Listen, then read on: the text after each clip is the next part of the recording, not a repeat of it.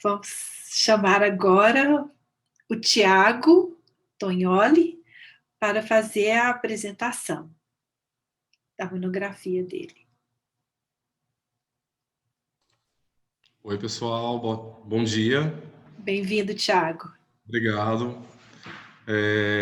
Prazer estar aí com vocês. Hoje está sendo um dia muito especial para mim, porque, nossa, eu comecei meu vínculo com sistemas em 2014, né? E agora, em 2020, que eu estou conseguindo entregar minha monografia, né? Diante de todas as adversidades aí, percalços que eu encontrei no caminho.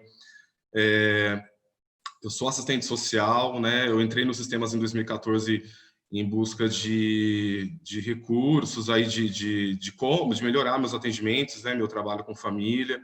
Eu venho da saúde mental, eu venho da psiquiatria, né? De hospital, CAPS e toda essa coisa. Me conectei muito com o trabalho aí da Flávia, do Beto também na questão, o Beto na questão do irmão, a Flávia na questão de gerenciar um serviço, e a gente sabe o quanto que é loucura, né? Assim, a gente vai se despersonalizando se a gente não toma cuidado, né? Assim, as amarras da instituição vai levando a gente para cada caminho que é adoecedor se a gente não tomar cuidado, né? Então, só para introduzir. E aí, comecei meu caminho, né? Então, deixa eu abrir aqui os slides para ir compartilhando com vocês. Espera aí.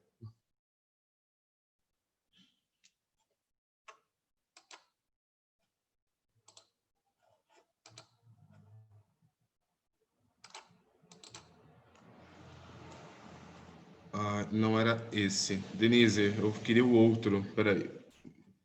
Senhorinha, eu sabia que eu ia dar uma bugadinha aqui na aula.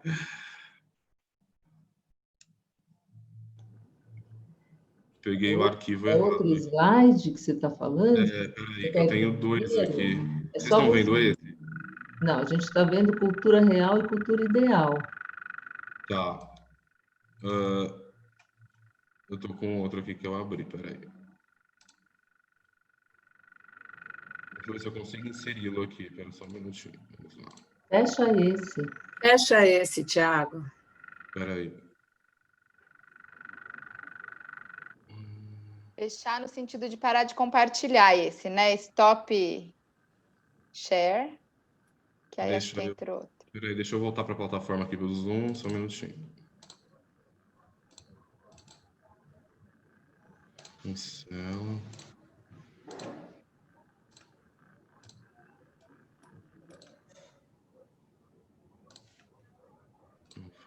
Peraí, gente, voltei, só um minutinho. Tá. Primeiro abre o arquivo que você quer mostrar. Primeiro você abre ele na sua tela. Aí depois você clica em Share Screen. E põe na primeira página, Tiago. Peraí, gente, desculpa. Sem problema.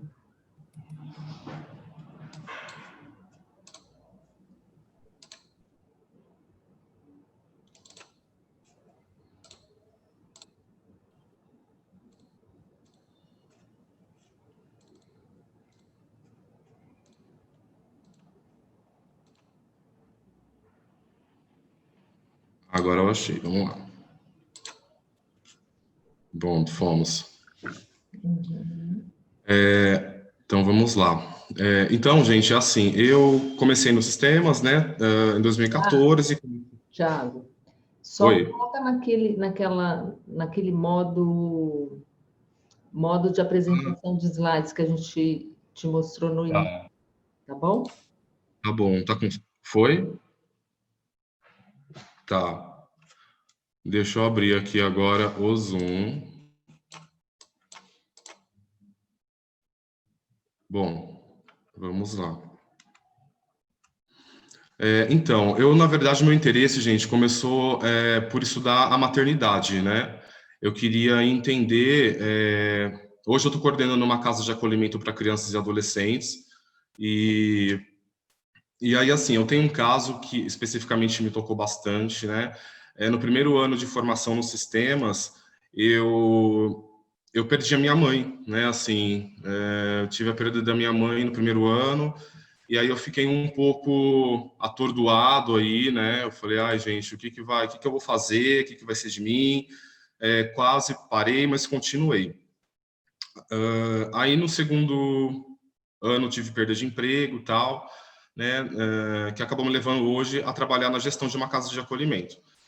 E aí eu me defrontei com um caso que mexeu muito comigo, assim, né? Então, era apresentar a família para vocês, né? Vamos lá.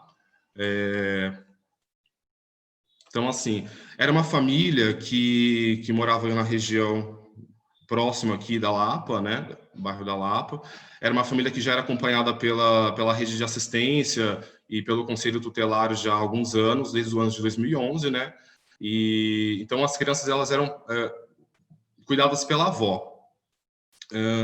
O que aconteceu? Essa avó, diante aí das impossibilidades de cuidar dessa criança, ela acabou entregando para o Conselho Tutelar, né? Então, assim, a narrativa da avó era qual? Assim, olha, eu realmente estou cansado, estou esgotado, porque eu tenho 4 crianças para cuidar, né? Tenho um neto deficiente e não estou conseguindo mais, né? Então, assim, ela chegou no Conselho Tutelar e entregou as crianças.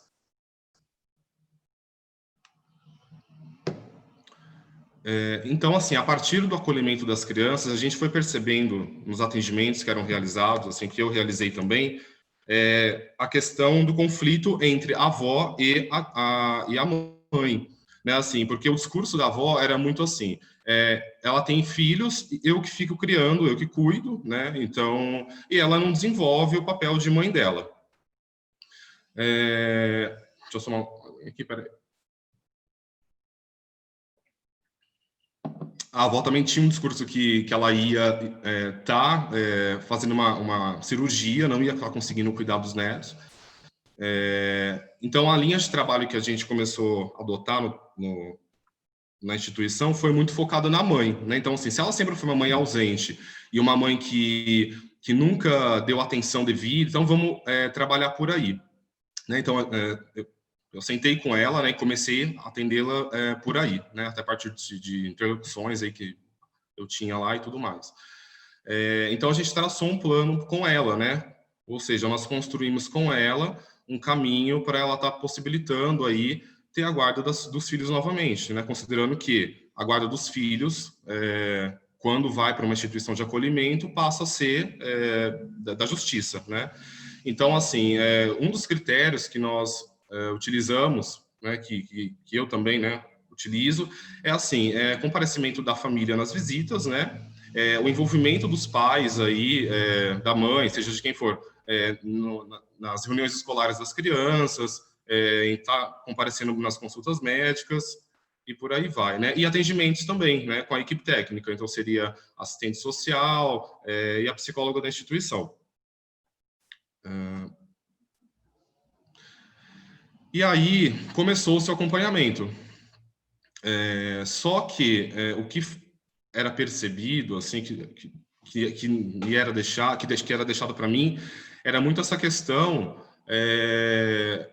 assim, o quanto que ela não conseguia atender, ou enfim, se fazer presente aí na dinâmica que era pensada, né, para ela, inclusive, com ela, inclusive.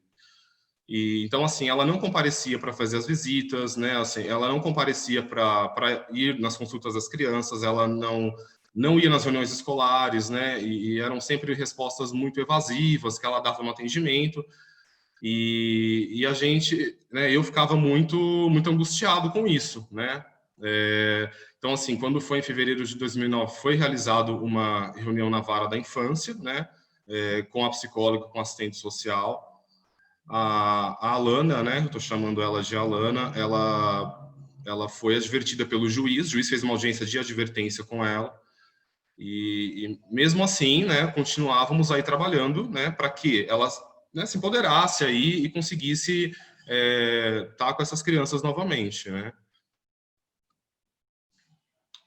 Então, diante do desdobramento do caso aí, né, algumas perguntas, né, e algumas sensações aí também eram acordadas, né? Eu ficava muitas vezes me sentindo com raiva, né? Era uma coisa que acordava em mim, eu ficava, mas de onde está vindo essa raiva, gente? Mas por que eu estou sentindo isso, né? Eu, né, eu acho que a pergunta que me ficava era muito, né, o que é ser mãe, né? O que é o ser mãe? Porque muitas vezes a gente fica mesmo com esse pensamento, né, assim, de que a mulher ela tem que ser mãe, ela quer ser mãe, né? E o quanto que às vezes a maternidade acontece e depois não acontece e nos chega enquanto profissionais, né, que está aí atuando e atende esse tipo de situação, né? Então, aí eu fui dar uma buscada, assim, e aí eu fui encontrar uma filósofa francesa chamada Elisabeth Badinter, né? Que ela tem um livro chamado O Mito do Amor Materno, que foi publicado em 80. Esse livro foi, na época, um best-seller, né? Que ela tem como pergunta norte, né? Será que o amor materno, será o amor materno um instinto, uma tendência feminina inata, ou depende em grande parte de um comportamento social, variável de acordo com a época e com os costumes? Né? Essa aí é a imagem dela, para quem não a conhece. Então, ela coloca, né, que o sentimento amor, ele não constitui um sentimento inerente à condição de mulher, ele não é um determinismo, mas algo que se adquire, né? É resultado das transformações societárias desde os princípios do século XIX, e com análises históricas, chega-se à conclusão de que, nos séculos XVI e XVIII, o próprio conceito do amor da mãe aos filhos era diferente. As crianças eram normalmente entregues a amas de leite para que a criassem e só regressavam para casa depois dos 5 anos. Sendo assim, como todos os sentimentos humanos, ele varia de acordo com as flutuações sociais, macro e microeconômicas da história da humanidade. Aí, então, partindo da ideia da Badinter, né? Então, assim, eu também fui buscar algumas referências na antropologia, né, e ler alguns pensadores aí, o pessoal que estuda cultura, e aí eu fui ver, né, a questão da cultura real e da cultura ideal, né? Então, assim, a cultura real é tudo aquilo que as pessoas fazem de fato nos seus cotidianos, né? Então, assim, tudo que elas fazem na sua vida em sociedade, né? A cultura ideal é o conjunto de hábitos, costumes e valores que as pessoas dizem e acreditam que deveriam ter, né? Então, existe aí uma diferença nos compassos, né? Então, assim, esse binômio entre real e ideal encontra a sua razão de ser na conexão entre cultura subjetiva e cultura objetiva, onde o comportamento do outro é norma para o indivíduo, né? Sobre esses dois últimos conceitos, né? A ressonância que acordou em mim foi um atendimento que eu fiz com essa mãe, né, no qual a gente dialogava e eu perguntava para ela, né, Alana, o que é ser mãe, né? Então, assim, Alana, o que é ser mãe? O que é ser mãe para você, né? E ela colocava, né? Então, assim, ser mãe é levar os meus filhos ao médico, é levar os meus filhos na escola, é dar afeto, é dar carinho. Então eu percebi um descompasso, né, assim, entre o que ela me falava e o que na prática do dia a dia eu via, né, né, eu ficava, né, naquele incômodo interno, né. Então aí, tomando um pouco desse caminho ainda, né, aí eu fui lá buscar a questão de cultura, né, lá no Maturana. Maturana fala, né, a cultura pode ser entendida como uma rede fechada de conversações, surgindo logo que uma comunidade humana começa a conservar uma rede especial de conversações, né? Ou seja, quando essa comunidade começa a preservar uma rede de significados linguísticos. Para esse autor, as emoções e sentimentos também são uma construção social, pois vamos seguindo a vida e nosso desenvolvimento como pessoas, percebendo o emocionar de nossas mães e dos adultos com os quais convivemos, aprendendo a viver o fluxo das emoções da nossa cultura, que tornam nossas ações próprias dela. Ou seja, né, existe aí uma retroalimentação, né? Então, Maturana ainda nos diz que nossas mães nos ensinam sem saber que o fazem e aprendemos com elas, na inocência de um coexistir não refletido, o emocionar de sua cultura e o fazemos simplesmente convivendo. O resultado é que uma vez que crescemos como membros de uma dada cultura, tudo nela nos resulta adequado e evidente, sem que percebamos o fluir do nosso emocionar. Então, desejos, preferências, né, aversões, aspirações, intenções, escolhas, né, guia as nossas ações nas circunstâncias mutantes da nossa vida, de maneira de que todas as nossas ações pertencem à nossa cultura. Aí eu também passei um pouquinho no construcionismo social, né? O construcionismo social ocupa-se principalmente de explicar os processos pelos quais as pessoas descrevem, explicam ou de alguma forma dão conta do mundo em que elas vivem, né? Incluindo a si mesmas, né? Buscando articular formas compartilhadas de entendimento, né? Tal como elas existem atualmente, como existiram em períodos históricos anteriores e como poderão vir a existir, se a intenção criativa se dirigir nesse sentido. Né? Então, assim, para Penteado, né? Então, para uma abordagem construcionista, importa mais o processo conversacional e os processos relacionais de construção das realidades e de interpretação. A abordagem construcionista adota uma perspectiva relacional do eu, no qual o eu não é considerado algo independente da interpretação. Ele é uma forma de me dizer e ser dito. É sempre parte de uma conversação ou narrativa, né? E aí, na família que eu estava atendendo, então, eu pude perceber e validar essa percepção de que a minha concepção de ser mãe ou de maternagem era muito diferente da senhora Lana, né? Então, assim, ela apresentava ou narrava, né? Mas a gente não pode considerar a nossa percepção de mundo como sendo uma verdade absoluta, né? Então, acho que é daí que eu comecei a perceber de onde vinha, né? A minha raiva, a minha angústia, a minha ansiedade de ver o desenvolvimento, né, da família, o desenvolvimento dela com os filhos, né? E aí eu coloco um pouquinho do Gergen aqui também, né, que ele fala: aquilo que consideramos como experiência do mundo não determina por si só os termos em que o mundo é compreendido. O que consideramos conhecimento do mundo não é um produto da indução ou da construção e avaliação de hipóteses gerais.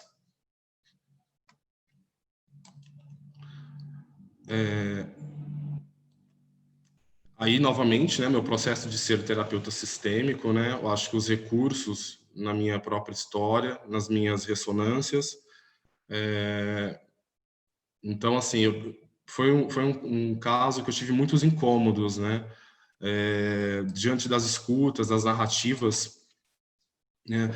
A minha impressão, a impressão que me era deixada era de pouco engajamento, né, assim, de uma inércia mesmo, né. Eu acho que tem algumas coisas que são muito próprias da dinâmica da instituição que a gente muitas vezes atende, né. Então, assim, a gente precisa, a gente tem, né, a gente vai gerando umas expectativas dentro das próprias lógicas institucionais que são colocadas, né.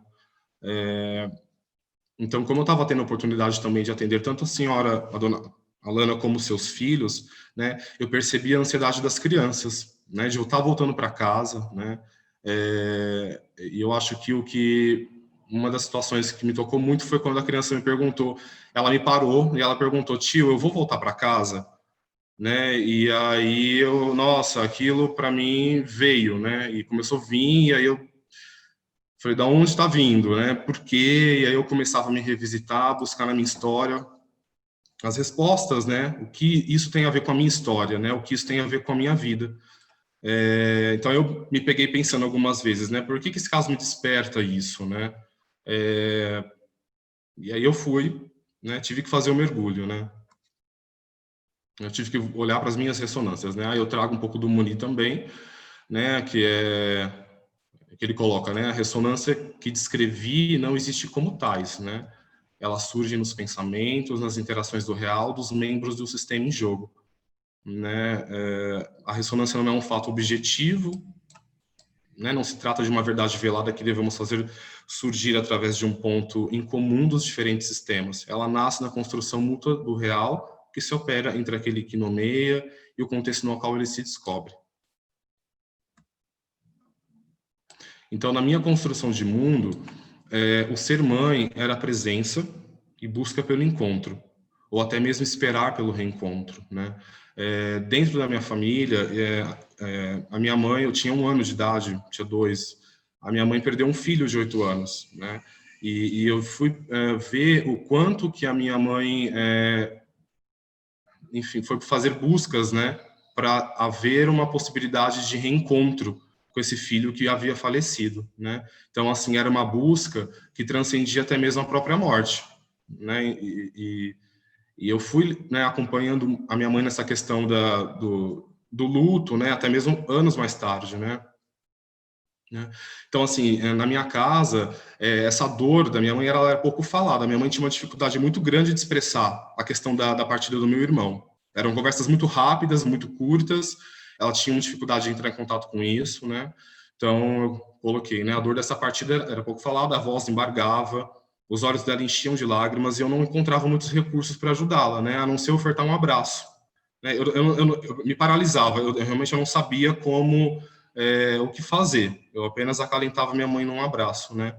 E diante da situação de ver a pessoa que eu mais amava e que conseguia transmitir socialmente de forma unânime muita força e garra, diante de mim, tendo um desmonte em lágrimas, né? Então, assim, é isso que eu via, né? Ver minha mãe em lágrimas, às vezes, diante de mim, e minha mãe transparecia uma outra coisa para o mundo, né? E aí, durante o atendimento com a mãe das crianças, eu ficava em diálogos internos comigo mesmo, né? Por quê, né? Como e por aí vai, né? Aí então, pensando nessa questão dos diálogos internos, né? Em tudo que era invocado aí em mim, né? Ou evocado, né? Eu sigo aí na perspectiva da Márcia, né? O que a Seton nos diz. Então, assim, esse conceito da conversa interna refere-se a uma área de alcance mais ampla do que o não saber. Refere-se a tudo que o terapeuta vivencia, pensa, sente, mas não comunica durante a sessão, durante o atendimento, né? Então, esse autor ele vai distinguir as vozes internas do terapeuta em vozes que refletem seu self vivencial, em vozes que refletem o seu self profissional, né? Então, o self vivencial é tudo aquilo que é despertado, que são os pensamentos, as lembranças, as fantasias, as emoções, quando ele está na presença de seus clientes, né? E o self profissional é o ato de terapeuta criar hipóteses e escolher suas respostas. Dessa forma, o diálogo interno poderia ser descrito como um diálogo entre esses dois selves, né? Então, o self do terapeuta pode ser descrito como polifônico, composto por diferentes vozes internas, uma evocando a outra, em sua tentativa de entender o que aconteceu em uma sessão e ser capaz de ajudar uma família. Esse encontro é de crucial responsabilidade relacional, a ética e a intenção terapêutica.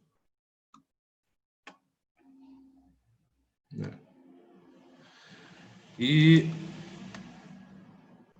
então, gente, só para cheguei nas considerações, acho que foram 15, mas posso falar um pouquinho mais do processo, né?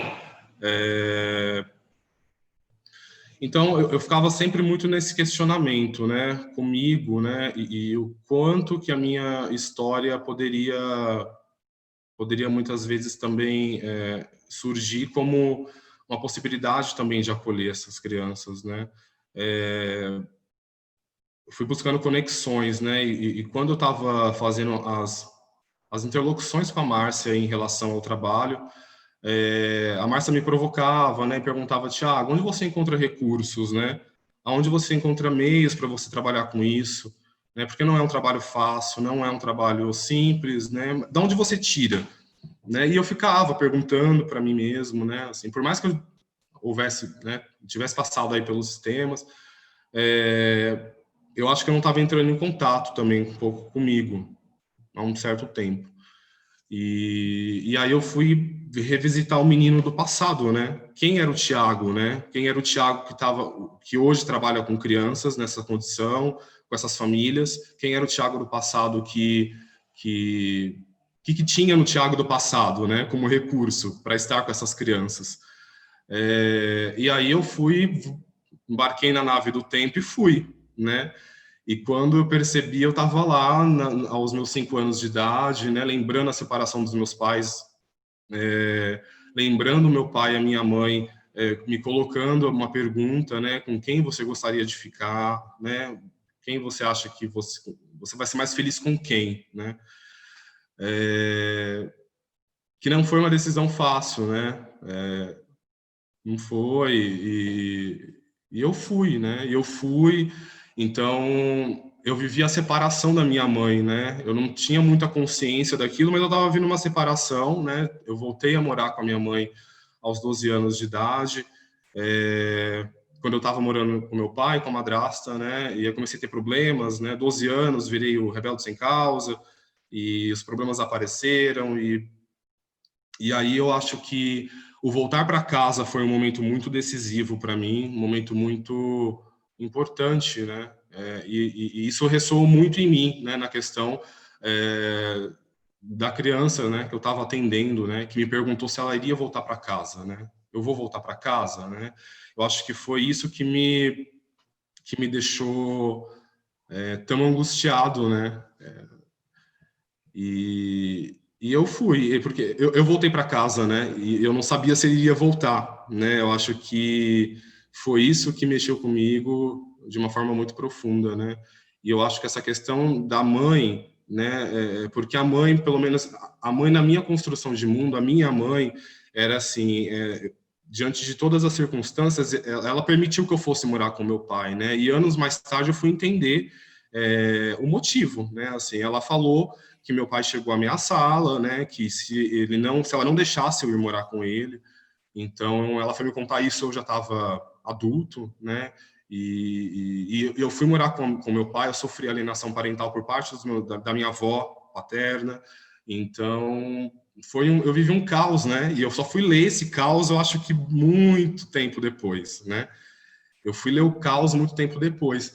E é isso, né? Eu acho que trabalhar com famílias, eu acho que ir buscar famílias, né? Depois, eu acho que produzindo esse trabalho, eu também fui ter acho que veio para minha consciência, né? Essa questão de que eu terminei a faculdade, aí eu fui fazer um trabalho com as mães da Sé, né? Que trabalhava com mães que trabalha, né? Com a causa delas são os filhos desaparecidos, né? Que elas não sabem se estão vivos ou se estão mortos.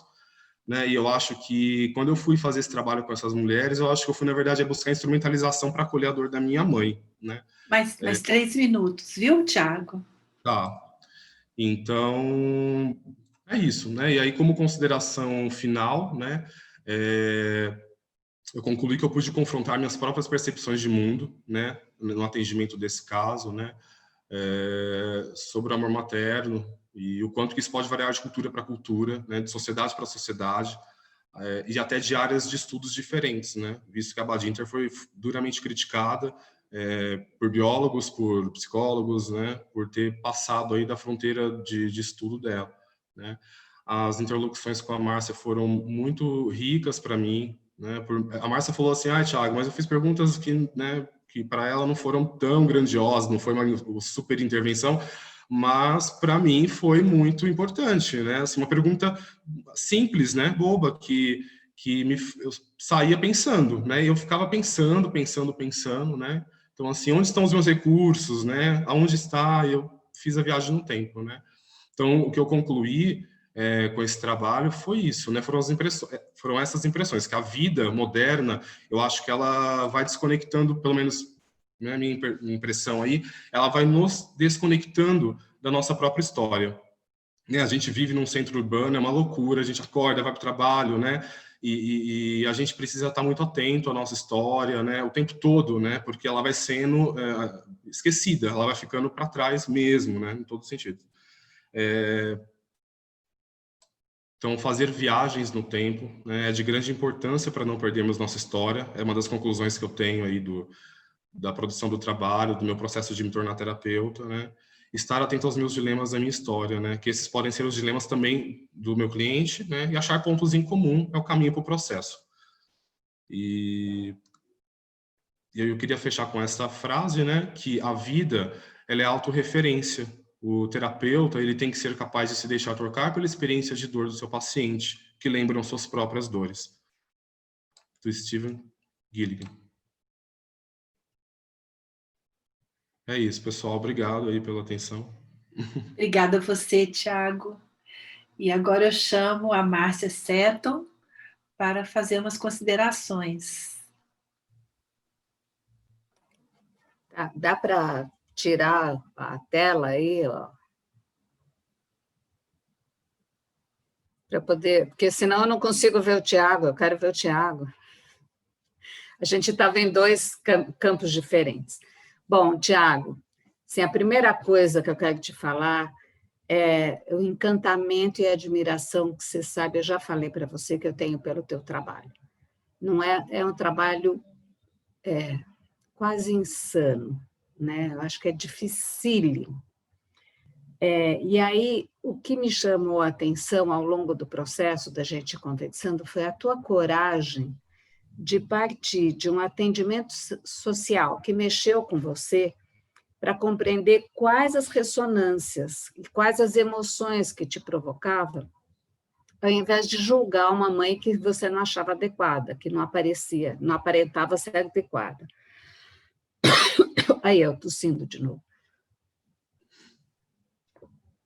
E aí, o que eu fui vendo ao longo do processo é a mudança no teu olhar, no atendimento desta família e provavelmente das outras famílias também. Né? Foi tendo uma mudança. E você vai buscando um aprofundamento teórico. Você não fica no raso, né? Você vai atrás disso. E aí, quando você fala dessa dor da tua mãe, que era pouco falada, eu fico pensando, e que você lá com seu 1 aninho, 2 aninhos de idade, abraçava a mãe, o quanto hoje você acolhe as dores das mães e das crianças que você atende, né? Acho que você pode entrar em contato com a tua criança interna, com as dores e dificuldades que você teve na tua infância e ver a importância que teve para você a figura de mãe. E que talvez, você falou que quando ela faleceu, você ficou assim meio conturbado, atrapalhado. Talvez você pôde, com esse processo, resgatar todo o lugar da tua própria mãe. Que foi um processo lindo, lindo. Você está de parabéns, Thiago. Obrigada por você ter me escolhido para te acompanhar nesse trabalho. Foi assim, super obrigada. Foi um prazer, uma admiração profunda pelo que você faz, pela tua sensibilidade. Obrigado, é recíproco. Super obrigada. Então, é isso. Queria Um agradecer abraço super apertado. Obrigado, eu queria agradecer mesmo todos vocês aí dos sistemas, né? Enfim, eu sempre fui muito acolhido, né? Sempre senti você muito acolhedora comigo, Márcia. A gente 2 anos juntos, né? E sempre me senti, foi validado, né? Assim, sempre foi muito real. Obrigado. Obrigada a você. Foi lindo. Foi lindo, Thiago. Vamos chamar agora a Denise Gomes para fazer para comentar a sua monografia. Thiago, eu queria te agradecer muito pela entrega que você fez na sua monografia. Acho que aqui não deu para aparecer. Você colocou muito pessoalmente na sua monografia, trouxe muito, né, a sua biografia, esse mergulho profundo que você realmente fez na sua história e como isso foi entrelaçando com o trabalho que você realiza, né? E eu acho que é importante a gente ressaltar que você não era o terapeuta de família, dessa família, né? Você estava numa outra posição, acolhendo essa família, né? E eu escrevi um texto para você que chama Ser Mãe, Ser Filho. Queria comentar, então, ler um pouquinho. Tão precocemente precisamos de uma mãe. Nem sabemos que aquilo é uma mãe. E já estamos construindo, a estamos construindo na relação conosco. Será que a mãe nasce da necessidade que temos dela? Amar a mãe é maior que amar um filho? Sempre achei que fosse o contrário. Mas as suas reflexões me ampliaram o olhar para essa nova possibilidade. Minha mãe sempre dizia, olha, o amor de mãe é muito maior que o amor de filho. Então, eu recebi esse amor. sempre achei, se amar é legitimar o outro como um legítimo outro, posso também pensar que o filho ama mais. Ama a mãe com seus erros e idiosincrasias. Perdoa mais, talvez, por necessidade. Você nos convida a penetrar no mundo dos abandonos visíveis e invisíveis, dos desamparos vividos e temidos, da dor indizível, do lugar sem lugar, do lugar sem casa, do lugar sem família. Pode haver maior dor do que a dor de não ter uma família que cuide de ti? Que te reconheça como própria? Não consigo imaginar maior dor do que essa.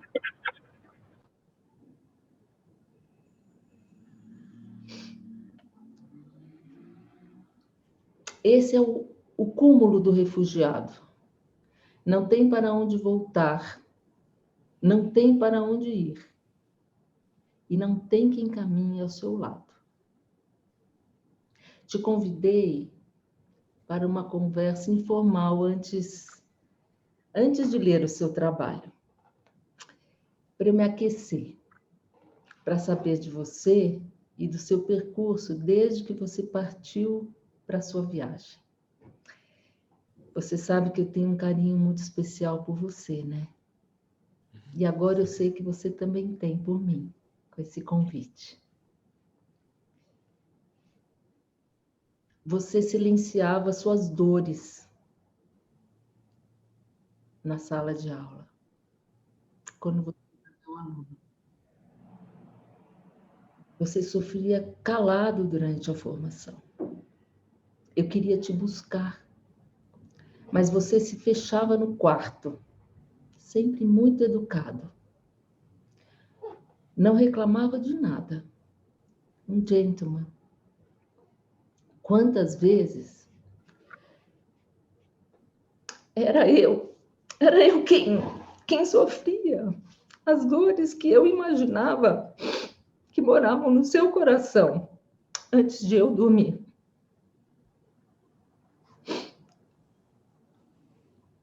Acompanhei junto com o seu grupo o processo de adoecimento da sua mãe, tão amada, por quem você demonstrava um carinho tão especial. Até o dia que ela partiu para a Estrela dos Reis Magos. E eu vi uma fortaleza em você. Eu desmoronei por dentro. Que tristeza. E hoje, que beleza. Você nos presenteia com essa aparição, essa entrega, esse reencontro consigo mesmo e com a sua história. Que alegria te ler, te ouvir, te escutar, saber sobre a sua história, conhecer os caminhos das suas dores. Que privilégio esse de poder compartilhar das suas lembranças e das construções desse terapeuta, que vai aos poucos se apropriando das próprias entranhas, dos próprios enigmas, aquilo que por mais que tentemos, permanece indecifrável, e também das próprias trevas.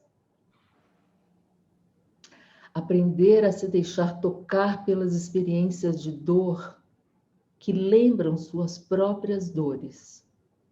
Quanta coragem! Dores lembradas no sentido da recordação e dores que lembram no sentido da semelhança. Ainda na faculdade, você escolheu pensar uma proposta de intervenção com mães de filhos desaparecidos. Fico pensando que um filho desaparecido tem uma mãe desaparecida.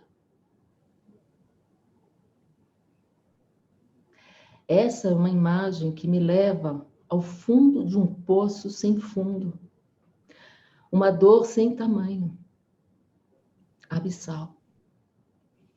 Se de um lado há uma mulher que vive em estado de luto constante, do outro há uma criança em estado de luta permanente para encontrar raízes e um sentido para viver.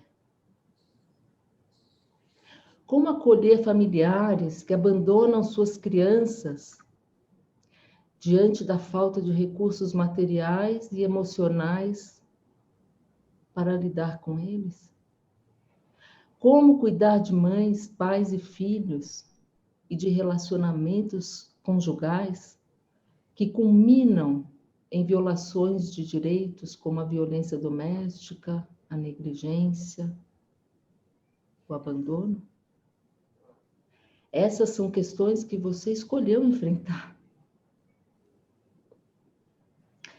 Você cita que pertencer à nossa família é a nossa necessidade básica, que esse vínculo é nosso desejo mais profundo com Bert Hellinger. E com Drummond, você nos ajuda a entender que uma mãe é tão importante que Deus não deveria permitir que as mães vão-se embora. Ficamos no desalento do desafio, aceito por você, de inventar algo que substitua uma mãe que se foi. Uma criança não pode sobreviver e se desenvolver sem a atenção e os cuidados chamados de emocionais e psíquicos, amorosos, afetivos. Você nos conta que para você ser mãe era uma presença e uma busca pelo encontro e até mesmo uma espera pelo momento de reencontrar. Diante da criança que você via perder a mãe de vista, você não encontrava muitos recursos para ajudá-la. E como você aprendeu a fazer com sua mãe, você apenas abraçava. E quem não congelaria diante de uma criança que indaga: é verdade que minha mãe não volta mais?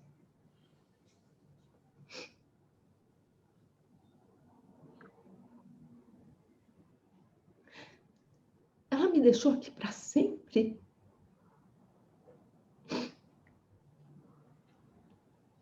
Yasmin, de 9 anos, te perguntou, chorando, quando iria voltar para casa. Por um momento, isso te paralisou. Instantaneamente você enxergou dentro de si o menino do passado, que chorou tantas noites antes de dormir, sem a presença da sua mãe na beira da sua cama para te consolar. Como você, acredito que aquele foi um feixe de luz para te guiar em uma construção do diálogo entre as duas crianças, Tiago e Yasmin. Te convido a manter-se atento à sua humanidade, aos seus dilemas, que podem também ser o dilema do outro. A sempre buscar um ponto em comum entre as duas vidas que se encontram. A sempre se abrir para a construção de novos significados. Te convido a perceber que seu processo de tornar-se terapeuta de famílias é um processo constante, que exige reconhecer seus recursos internos no reencontro com suas memórias, as boas, as não tão boas, as ruins e as mais aterrorizantes. Permite que você trilhe o caminho do sagrado, que só pode ser encontrado no emergir da sua singularidade, como nos diz a Sandra. Você atravessou uma verdadeira jornada de herói, enfrentando seus demônios, para, enfim, entregar as maçãs de ouro para libertar Prometeu. Parabéns, Tiago. Obrigado.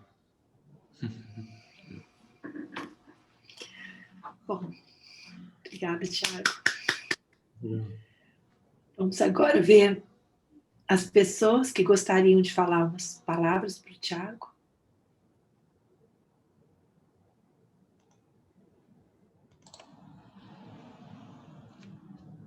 Se não tiver ninguém, eu gostaria. A Sandra falou que quer falar. Não, tudo bem, que eu não estou vendo. O Marcos pode falar antes, é que eu não sei me inscrever. Sandra, você levantou a mão primeiro, Sandra.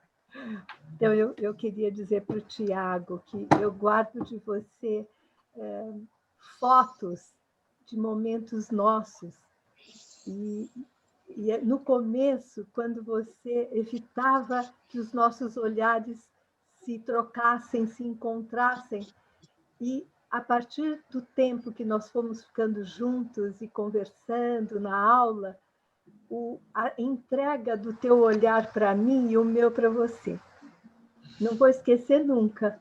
Era como se uma flor fechadinha começasse a se abrir e a gente pudesse sentir o perfume, o meu e o seu. Então, eu tenho muito amor por esse encontro que nós tivemos.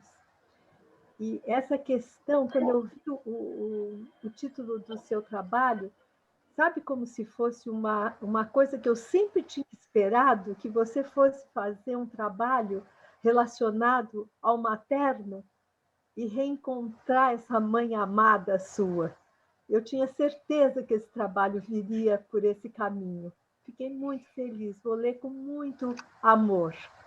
E eu quero indicar para você e para as outras pessoas hoje aqui um filme que eu assisti ontem que me tocou o coração de uma forma incrível. Está no Now e chama Comportamento Explosivo. É um filme que foi premiado em Berlim e é de uma criança que busca pertencer. Então, Tiago, parabéns. Eu estou muito feliz de te ver. Obrigado. Beijo, Sandra. Vera? Oi. Bom, primeiro, estou super emocionada. Eu sei, eu acompanhei você de perto, eu lembro da partida da sua mãe. Eu não sei se eu vou conseguir falar muito, Ti, mas foi tão legal ver a coragem que você teve para escrever esse trabalho e para fazer esse mergulho. Parabéns. Foi lindo, foi lindo, foi lindo, foi maravilhoso ver você fazer isso. Maria. Obrigado mesmo. Que bom te conhecer. Um beijo, meu querido, no seu coração. Felipe?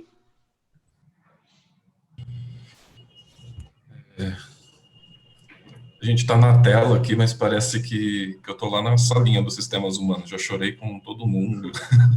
Agora estou emocionado também de ver o Tiago. E, enfim, eu queria parabenizar pela monografia. Acho que tem... Eu vi agora há pouco no intervalo uma postagem do Instagram assim, que dizia que é bobagem olhar para o passado. E daí, vendo o Tiago falar, dá para ver a importância, né, de olhar para o passado, ainda mais para o próprio passado e nesse contexto. E também pela importância da pergunta, o que é ser mãe, né, que acho que está bem presente atualmente. E também queria agradecer, Tiago, por estar te vendo depois de de tanto tempo depois do fim da formação, e dizer que eu lembro muito dos momentos difíceis também que você passou, e da tua força, e de estar presenciando a continuidade dessa força de novo. E porque, por causa da sua monografia, a gente teve até uma videochamada do nosso grupo. É verdade. Classe, assim, então, enfim, muito feliz e parabéns. Obrigado, Fê. Obrigadão. Andréia?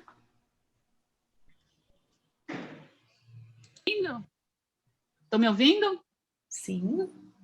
Ai, Tiago, eu estou muito emocionada de te ver aí, contando sua história, né? E a gente sabe que a gente compartilha dessas mesmas insanidades, né? Compartilhamos, sabemos, né?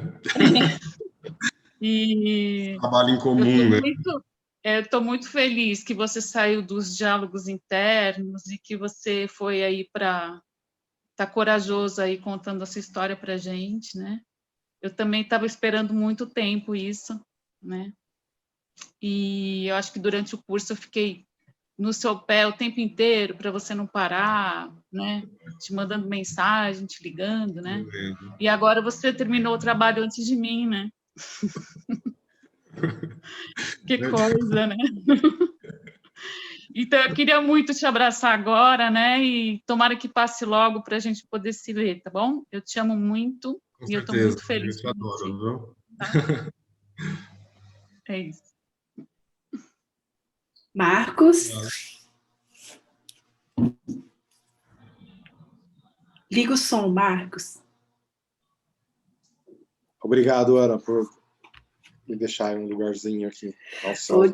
Desculpa se eu não vi antes. Sandra, também muito obrigado, viu, pela oportunidade de falar antes de você, mas eu queria manter a ordem, eu só não sabia. Tiago, eu adorei muito o seu trabalho. Me deu vontade de vê-lo também. Achei muito rico o caminho que você fez, o percurso. Faz muito sentido tudo que você colocou. Eu fiquei pensando que eu não dei aula para sua turma, né? Eu fiquei pensando numa frase: o que a gente não faz por amor? Até desamor.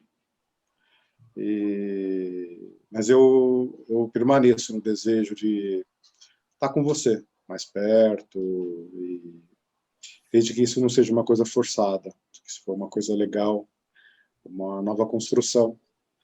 Umas construções que você fez, com sua mãe, com seu pai, com você mesmo, com todas essas crianças que você cuida, essas mães. E eu achei lindo, parabéns. E me deu muita vontade de te conhecer mais, de saber mais sobre você, de me aproximar mesmo. Obrigado, Marcos. Obrigado mesmo. É um prazer saber que você está próximo. Ainda que a gente não se tocou tão proximamente, não faltará oportunidades, eu espero. Pelo menos dentro do meu coração tem abertura para isso, tá bom? E olha, parabéns. Obrigado. Parabéns, Tiago. Obrigado, parabéns, Ana. Obrigadão, viu? Deu saudade do nosso tempo junto. É verdade. Tempo voa, né? Passa muito rápido. Nossa, quanto tempo, isso mesmo. O pessoal na Posso falar mais uma coisinha só? Posso falar só mais uma coisinha? Se vocês tiverem oportunidade, vale a pena ler tanto o trabalho do Tiago como do Beto, porque os trabalhos estão muito bonitos, muito profundos, e o Tiago não falou nem metade do que está no trabalho, tá? Então... Estava cronometrando no relógio aqui, gente. Não, tudo bem. Você fez, o tempo estava certinho, você foi cuidadoso até nisso, não deu trabalho para a Ana, né? Mas vale a pena ler, porque está muito bonito, enfim, é isso aí, e é isso. São os recursos, Tiago, sempre isso, os recursos que você tem, que você não se dava conta, eu acho que você está podendo se apropriar deles. Então, parabéns de novo. Obrigado por ter despertado. me ajudado a despertar. Com certeza.